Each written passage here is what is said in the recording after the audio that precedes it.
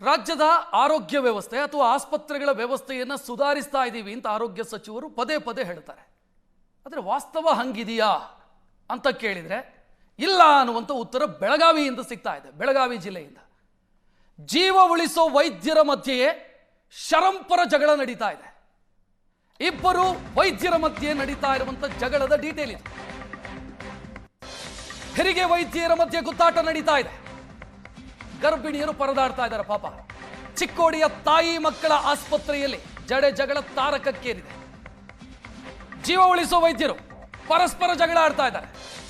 ಅವರ ಜಗಳಕ್ಕೆ ಸಮಸ್ಯೆ ಅನುಭವಿಸ್ತಾ ಇರೋದು, ಬಲಿಪಶುಗಳಾಗ್ತಾ ಇರೋದು ಗರ್ಭಿಣಿಯರು. ಡಾಕ್ಟರ್ ಕಮಲಾ ಗಡೇದ್ ಮತ್ತು ಡಾಕ್ಟರ್ ಜಯಲಕ್ಷ್ಮಿ ಮುಸಾಲೆ ಇವರಿಬ್ಬರ ಮಧ್ಯೆ ಜಟಾಪಟಿ ನಡೀತಾ ಇದೆ. ಶಿಫ್ಟ್ ಮೇಲೆ ಕೆಲಸ ಮಾಡೋ ವಿಚಾರದಲ್ಲಿ. ಇನ್ನು ಖಾಸಗಿ ಆಸ್ಪತ್ರೆಯ ವಿಚಾರವೂ ಕೂಡ ಇದಕ್ಕೆ ಕಾರಣ ಅನ್ನೋ ಮಾಹಿತಿ ಇದೆ. ಡಾಕ್ಟರ್ ಕಮಲಾ ಮತ್ತು ಡಾಕ್ಟರ್ ಜಯಲಕ್ಷ್ಮಿ ಇಬ್ಬರು ವೈದ್ಯರು ಚಿಕ್ಕೋಡಿಯ ತಾಯಿ ಮಕ್ಕಳ ಆಸ್ಪತ್ರೆಯಲ್ಲಿ ಡ್ಯೂಟಿಯಲ್ಲಿದ್ದಾರೆ. ಬಟ್ ಇಬ್ಬರ ಮಧ್ಯೆ ಸಮಸ್ಯೆ ಇದೆ. ಅವರಿಬ್ಬರ ಮಧ್ಯೆ ಇರುವಂತ ಸಮಸ್ಯೆ ಅಲ್ಟಿಮೇಟ್ ಆಗಿ ಪರದಾಡುವಂತ ಸ್ಥಿತಿ ನಿರ್ಮಾಣ ಆಗೋದಕ್ಕೆ ಕಾರಣ ಆಗಿರೋದು ಗರ್ಭಿಣಿಯರು, ಬಡಪಾಯಿ ಗರ್ಭಿಣಿಯರು.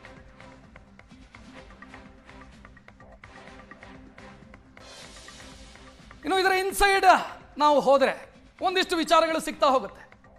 ಈ ಇಬ್ಬರು ವೈದ್ಯರು ಬೇರೆ ಬೇರೆ ತಾಲೂಕು ಆಸ್ಪತ್ರೆಯಲ್ಲಿದ್ದರು, ಡಾಕ್ಟರ್ ಕಮಲಾ ಮತ್ತು ಡಾಕ್ಟರ್ ಜಯಲಕ್ಷ್ಮಿ.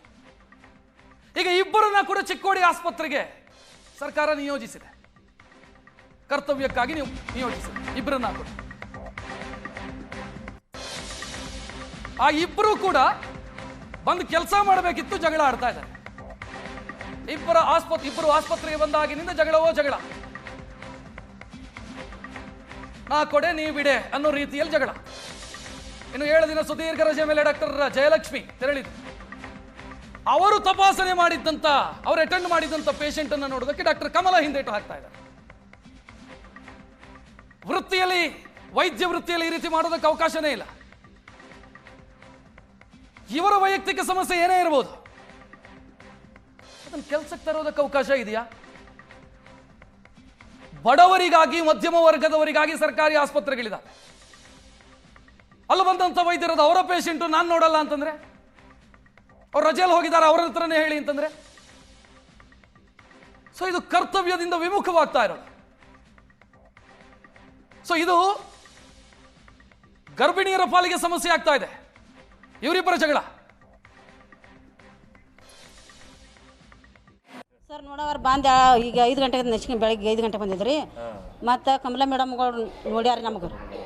ಮತ್ತು ಈ ಮೇಡಮ್ಗಳು ನಮಗೆ ಆ ಮೇಡಮ್ ಅನ್ನೋದು ಹೆಸರು ಗೊತ್ತಿಲ್ಲ. ಅವ್ರ ಈಗ ಮಾತಾಡೋ ನಮ್ಗೆ ಹೆಸರು ಗೊತ್ತಿರಿ. ನಾವು ಗೋರ್ಮೆಂಟ್ ಐತದ್ ಬಂದಿದ್ರು, ನಮಗೆ ಬಡವ್ರು ಸಹಾಯ ಆಕೈತದ್ ಬಂದಿದ್ದೀವಿ ರೀ. ಮತ್ತು ನಮಗೇನು ಗೊತ್ತಿರಿ, ಗೋರ್ಮೆಂಟ್ ಇದನ್ನು ಸಹಾಯ ಐತೈತಿ ಇಲ್ಲಿ ಬಂದಿದ್ರು. ನಾವು ಇಲ್ಲಿ ರಾಯಬಾಗದಿಂದ ಬಂದಿದ್ದೀವಿ ರೀ. ಮತ್ತು ಇಲ್ಲೆಲ್ಲ ನಮ್ಮನ್ನ ಆಕೈತಿದ್ ಬಂದಿದ್ರು ರೀ. ರಾಯಬಾಗ್ ಊರಾಗ್ರಿ ಸಿಜರ್ ಮಾಡೋದಿಲ್ಲ ರೀ ನಮಗೆ. ಮತ್ತು ದಿನ ನಾವು ಕೂಲಿ ಮಾಡ್ತೀವಿ ಅವ್ರು ಸರ್. ಇಲ್ಲೆಲ್ಲ ಥರ ಐದು ಸಹಾಯ ಐತಂದು 2 ತಿಂಗಳಿಂದ 2 ತಾಕ್ತೀವಿ ರೀ. ಮತ್ತು ಈಗ ಆ ಮೇಡಮ್ ಇಲ್ಲ, ಈ ಮೇಡಮ್ ಇಲ್ಲ, ನಮಗೆ ನೋಡೋಕ್ಕಾಗೋದಿಲ್ಲ ಅತ್ತಾರ್ರಿ ಅವ್ರು.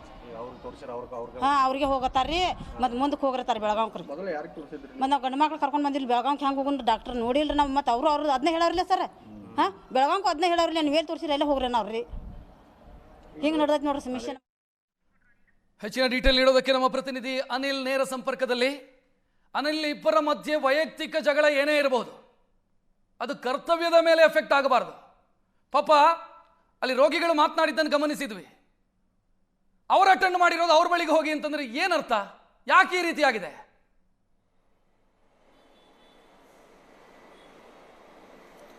ರಕ್ಷತ್, ನೀವು ಗಮನಿಸಿರ್ಬೋದು, ಬೆಳಗಾವಿ ಭೌಗೋಳಿಕವಾಗಿ ಅತಿ ದೊಡ್ಡ ಜಿಲ್ಲೆ ಆಗಿರುವಂಥದ್ದು. ಈ ಕಾರಣಕ್ಕೆ ಬೆಳಗಾವಿಯಲ್ಲೇ ಬಿಮ್ಸ್ ಅಂದ್ರೆ ಜಿಲ್ಲಾಸ್ಪತ್ರೆ ಮಾತ್ರ ಇರುವಂಥದ್ದು. ಹೀಗಾಗಿ ಇಡೀ ಅತನಿಂದ ಕಿತ್ತೂರು ತನಕ ವ್ಯಾಪ್ತಿ ಒಂದೇ ಆಸ್ಪತ್ರೆ ಇದ್ರೆ ಅದು ಹೊರೆ ಆಗತ್ತೆ ಅನ್ನೋ ಕಾರಣಕ್ಕೆ ಈಗಿನ ದೆಹಲಿ ವಿಶೇಷ ಪ್ರತಿನಿಧಿ ಹಾಗೂ ಮಾಜಿ ಸಚಿವ ಪ್ರಕಾಶ್ ಹುಕ್ಕೇರಿ ಅವರು ಚಿಕ್ಕೋಡಿ ಒಂದು ತಾಯಿ ಮತ್ತು ಮಕ್ಕಳ ಆಸ್ಪತ್ರೆ ಇರಬೇಕು ಅಂತೇಳಿ ಸರ್ಕಾರದ ಮೇಲೆ ಒತ್ತಡ ಹೇರಿ ಕೇವಲ 8 ತಿಂಗಳಿಂದಷ್ಟೇ ಇನಾಗ್ರೇಷನ್ ಆಗಿರ್ತಕ್ಕಂಥ ಆಸ್ಪತ್ರೆ ಇದು. ಅಂದ್ರೆ ಚಿಕ್ಕೋಡಿ ಲೋಕಸಭಾ ವ್ಯಾಪ್ತಿಯಲ್ಲಿ ಬರ್ತಕ್ಕಂತಹ ಹುಕ್ಕೇರಿ ಆಗಿರ್ಬೋದು, ಚಿಕ್ಕೋಡಿ ಆಗಿರ್ಬೋದು, ನಿಪ್ಪಾಣಿ, ಕಾಗವಾಡ, ರಾಯಬಾಗ್, ಕುಡ್ಚಿ, ಅತನಿ ಈ ಎಲ್ಲಾ ಭಾಗದ ಬಡ ಗರ್ಭಿಣಿಯರಿಗೆ, ಬಡ ಹಾಗೂ ಮಧ್ಯಮ ವರ್ಗದ ರೋಗಿಗಳಿಗೆ, ಮಕ್ಕಳಿಗೆ ಹಾಗೂ ಗರ್ಭಿಣಿಯರಿಗೆ ಅನುಕೂಲ ಆಗಲಿ ಅನ್ನೋ ಕಾರಣಕ್ಕೆ ಈ ಒಂದು ಆಸ್ಪತ್ರೆಯನ್ನ 25 ಕೋಟಿ ವೆಚ್ಚದಲ್ಲಿ ಸರ್ಕಾರದ ಮೇಲೆ ಒತ್ತಡ ಹೇರಿ ತಂದು ಆಸ್ಪತ್ರೆ ನಿರ್ಮಾಣ ಆಗಿರುವಂಥದ್ದು. 8 ತಿಂಗಳ ಹಿಂದಷ್ಟೇ ಇನಾಗ್ರೇಷನ್ ಆಗಿರುವಂಥದ್ದು. ಈ ಒಂದು ಆಸ್ಪತ್ರೆಗೆ ರಾಜ್ಯ ಸರ್ಕಾರವೇ ಅದರಲ್ಲೂ ಆರೋಗ್ಯ ಮತ್ತು ಕುಟುಂಬ ಕಲ್ಯಾಣ ಇಲಾಖೆ ಡಾಕ್ಟರ್ ಜಯಲಕ್ಷ್ಮಿ ಮುಸಾಳೆ ಅವರನ್ನ HOD ಆಗಿ ನೇಮಕ ಮಾಡಿತ್ತು. ಅದಾದ ಬಳಿಕ ಮತ್ತೊಬ್ಬರು ವೈದ್ಯರು ಬರಲಿ ಅಲ್ಲಿ ಅಂದ್ರೆ ಅವ್ರಿಗೆ ಪ್ರೆಷರ್ ಆಗುತ್ತೆ ಅನ್ನೋ ಕಾರಣಕ್ಕೆ ADHO ಆಗಿರ್ತಕ್ಕಂಥ ಈಶ್ವರ್ ಗಡ ಹಾಗೂ DHO ಆಗಿರ್ತಕ್ಕಂಥ ಈಶ್ವರ್ ಗಡ ಅವರು ಇನ್ನೊಬ್ರು ಅಂದ್ರೆ ಏನು ಡಾಕ್ಟರ್ ಕಮಲಾ ಗಡೇದ್ ಇದ್ದಾರೆ ಅವರನ್ನು ಕೂಡ ಅಲ್ಲಿ ನಿಯೋಜನೆ ಮಾಡ್ತಾರೆ. ಇಬ್ರು ಕೂಡ ಶಿಫ್ಟ್ ಮೇಲೆ ಕೆಲಸ ಮಾಡ್ತಿದ್ದಾರೆ. ಆದ್ರೆ ಈ ಡಾಕ್ಟರ್ ಕಮಲಾ ನೋಡಿರ್ತಕ್ಕಂತಹ ರೋಗಿಗಳನ್ನ ಜಯಲಕ್ಷ್ಮಿ ನೋಡಲ್ಲ, ಜಯಲಕ್ಷ್ಮಿ ನೋಡಿರ್ತಕ್ಕಂಥ ವೈದ್ಯರನ್ನ ಯಾರು ಗರ್ಭಿಣಿಯರನ್ನ ಈ ಕಮಲಾ ನೋಡಲ್ಲ. ಹೀಗಾಗಿ ಇಬ್ಬರ ಚಟಾಪಟಿ ಏನಿದೆ, ಇವರು ಚಿಕ್ಕೋಡಿ ಪಟ್ಟಣದಲ್ಲಿ ಇಬ್ರು ಕೂಡ ಖಾಸಗಿ ಆಸ್ಪತ್ರೆಯನ್ನು ಹೊಂದಿದ್ದಾರೆ. ಹೀಗಾಗಿ ಆ ಒಂದು ಹಿಂದಿನ ಇರ್ತಕ್ಕಂಥ ವೈಮನಸ್ಸು ಏನಿದೆ, ಚಟಾಪಟಿ ಏನಿದೆ, ಅದು ಈ ಸರ್ಕಾರಿ ಆಸ್ಪತ್ರೆಗೆ ಬರ್ತಕ್ಕಂಥ ಗರ್ಭಿಣಿಯರ ಮೇಲೂ ವಿಪರೀತವಾದ ಪರಿಣಾಮವನ್ನು ಬೀರ್ತಿರುವಂಥದ್ದು. ಈಗ ಇಬ್ಬರ ಜಟಾಪಟಿ ಹಿನ್ನೆಲೆಯಲ್ಲಿ ಡಾಕ್ಟರ್ ಜಯಲಕ್ಷ್ಮಿ ಅವರಿಗೆ ಒಂದು ವಾರದ ರಜೆಗೆ ಹೋಗಿರುವಂಥದ್ದು. ರಜೆಗೆ ಹೋದಂಥ ಸಂದರ್ಭದಲ್ಲೂ ಕೂಡ ಆ ಜಯಲಕ್ಷ್ಮಿ ನೋಡಿರ್ತಕ್ಕಂತಹ ಪೇಷಂಟ್ಗಳನ್ನ ಇವರು ಅಟೆಂಡ್ ಮಾಡಬೇಕಿತ್ತು, ಯಾರು ಡಾಕ್ಟರ್ ಕಮಲಾ ಅವರು ಅಟೆಂಡ್ ಮಾಡಬೇಕಿತ್ತು. ಅದ್ರ ಬದಲಾಗಿ ನೀವು ಅವ್ರ ಕಣ್ಣೆ ತೋರಿಸಿದಿರಿ, ನಿಮ್ಮನ್ನು ನಾನು ತಪಾಸಣೆ ಮಾಡೋದಿಲ್ಲ, ನೀವು ಬೇಕಾದ್ರೆ ಬೆಳಗಾವಿ ಬಿಮ್ಸ್ ಆಸ್ಪತ್ರೆ ಹೋಗಿ, ಬೇಡವಾದ್ರೆ ಬೇರೆ ಖಾಸಗಿ ಆಸ್ಪತ್ರೆ ಹೋಗಿ ಅನ್ನುವಂತಹ ಮಾತುಗಳನ್ನ ಆಡ್ತಿದ್ದಾರೆ. ಹೀಗಾಗಿ ಸಹಜವಾಗಿ ವೃತ್ತಿ ಧರ್ಮವನ್ನು ಪಾಲಿಸಬೇಕಾದವರು, ಯಾಕಂದ್ರೆ ವೈದ್ಯರು ತುಂಬು ಗರ್ಭಿಣಿ ಇದ್ದಾರೆ, 2-3 ದಿನದಲ್ಲಿ ಡೆಲಿವರಿ ಆಗಬೇಕಂತ ರೋಗಿಯನ್ನೇ ಈಗ ಬೆಳಗಾವಿ ಬಿಮ್ಸ್ ಆಸ್ಪತ್ರೆಗೆ ರವಾನೆ ಮಾಡಿರುವಂಥ. ಯಾಕಂದ್ರೆ ಗ್ರಾಮೀಣ ಭಾಗದಲ್ಲಿ ಗರ್ಭಿಣಿ ಆದಂಥ ಸಂದರ್ಭದಲ್ಲಿ ಸಾಕಷ್ಟು ಜಾಗೃತಿಯನ್ನು ವಹಿಸೋದು ಬಹಳ ಕಡಿಮೆ. ಅದರಲ್ಲೂ ಪ್ರಮುಖವಾಗಿ ಬಡವರು ಇರ್ತಾರೆ. ಹೀಗಾಗಿ ಆ ಜಾಗೃತವನ್ನು ವಹಿಸಬೇಕು, ಅದು ವಹಿಸೋದಿಲ್ಲ. ಹೀಗಾಗಿ ಅಂತ ಸಂದರ್ಭದಲ್ಲಿ 2-3 ದಿನ ಇರಬೇಕಾದ್ರೂ ಕೂಡ ಬಂದು ಅಟೆಂಡ್ ಮಾಡದೆ, ಆ ರೋಗಿಯನ್ನ ಅಟೆಂಡ್ ಮಾಡದೆ ನೀವು ಬಿಮ್ಸ್ಗೆ ಹೋಗಿ ಅನ್ನುವಂತಹ ಸಲಹೆಯನ್ನು ಕೊಟ್ಟಿರೋದು ಸಹಜವಾಗಿ ಆ ವೈದ್ಯರ ಇಬ್ಬರ ಜಟಾಪಟಿ ಏನಿದೆ ಸಹಜವಾಗಿ ಬಡ ರೋಗಿಗಳ ಪರದಾಟಕ್ಕೂ ಕಾರಣವಾಗಿರುವಂಥದ್ದು. ಇನ್ನಾದ್ರೂ ಎಚ್ಚೆತ್ತುಕೊಂಡು DHO ಅವರು ಇವರಿಗೆ ಕಿವಿಮಾತನ್ನ ಹೇಳಬೇಕು ಅಂತೇಳಿ ರೋಗಿಗಳು ಕೂಡ ಈಗ ಆಗ್ರಹಣ ಮಾಡ್ತಿರುವಂಥದ್ದು. Rakshat, thank you Anil.